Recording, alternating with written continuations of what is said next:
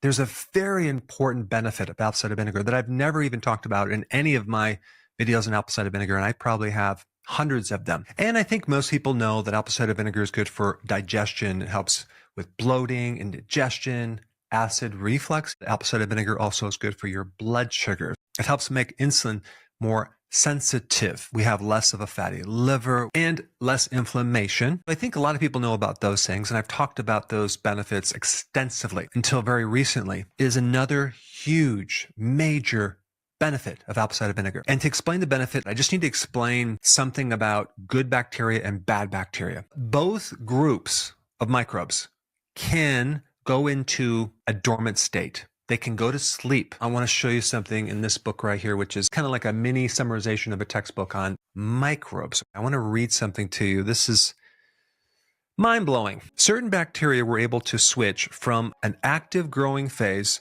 to dormancy. This is a survival mechanism triggered mainly by starvation signals. Of course, if you're going to starve them off, they're going to die, right? The last resort response to starvation that a cell undergoes once all other stress coping mechanisms have failed. The purpose is to generate a metabolic inactive cell that will maintain the genetic information under various environmental stresses, including ultraviolet radiation and certain enzymes and certain chemicals. When that microbe is in a dormant state, it's protected, especially against antibiotics. Thanks to its architecture, a dormant microbe can survive decades to thousands of years. What? The things that revive a good bacteria versus a bad bacteria or a bad pathogen are not the same. What will wake up the good bacteria that are sleeping? There's several things, but the thing that I want to talk about is the change of environment. Just by changing the pH, you can either wake up a good bacteria or put them to sleep. Most of the good bacteria thrive in an acid environment, and this acid protects them because a lot of pathogens cannot live in that acidic environment, but the good guys can. And so when you're taking apple cider vinegar, you're acidifying the environment. Now, you can also do this with kombucha tea, pickle juice, sauerkraut, kimchi, things like that. A lot of health problems occur because the bacteria now can penetrate through this immune wall, go into your bloodstream, and create a systemic infection and create all sorts of issues. There's two main entry points these microbes kind of get into your blood.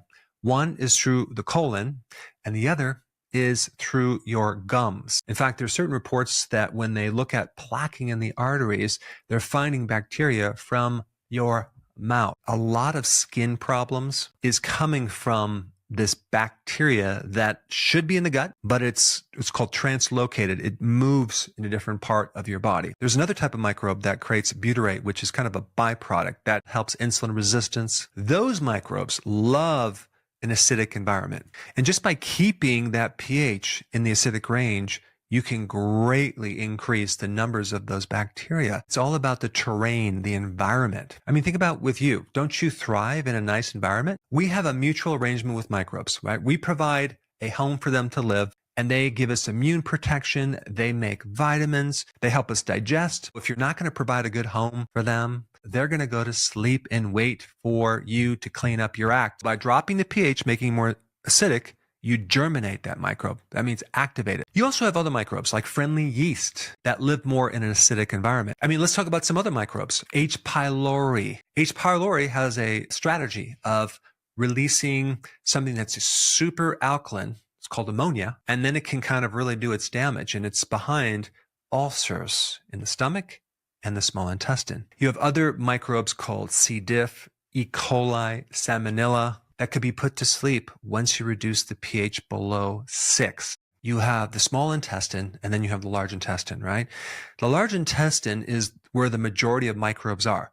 That's where you should be having most of your lactobacillus or lactic acid bacteria. You shouldn't have the majority of microbes in the small intestine. In fact, certain parts of the small intestine on the top part of it should not be as acid. They should be more alkaline. If you have these pathogens like E. coli in the small intestine where it's not as acid, they start acting up and creating problems. When you drop the pH of certain parts of your digestive system, you can help put these pathogens to sleep and you can wake up the good guys. When you start to wake up some of these good bacteria, they start to release their own sort of antibiotic that also suppresses the bad bacteria. Now let's shift gears to the bad bacteria, the pathogens.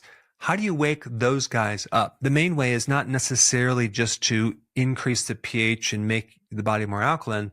The main way is to suppress the immune system, the natural thing that should keep the bad guys in check. Antibiotics also work because it lowers the defense system of the immune system, and then they start to wake up. Stress suppresses the immune system. Prednisone also wakes up pathogens. And the reason it's doing that is because it's lowering our immune system. When we get older, stressed out, they can start to thrive. But the big thing that can activate these microbes is vitamin D deficiency. So vitamin D deficiency creates such a weakness that the pathogens can come out of hibernation and do destruction. Even when I was in practice, I noticed that when people got these serious infections, whether it's a cold sore on the mouth or genital herpes, stress was a big trigger. It's lowering the immune system, but vitamin D is such an important factor, not small amounts. I'm talking about at least 10,000, but probably 20 or 30,000 or more of vitamin D3 that can help keep these microbes in remission because now your immune system is strong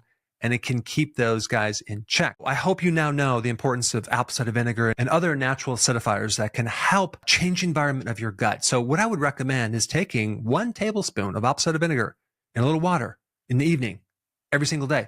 You drink it with a straw and you can add lemon in it if you want, or just do apple cider vinegar. The type of apple cider vinegar I like is Fairchild's apple cider vinegar. That's the one that I use. I hope this information helped you. And if you haven't seen this video on apple cider vinegar, you should check it out. It got millions of views right there.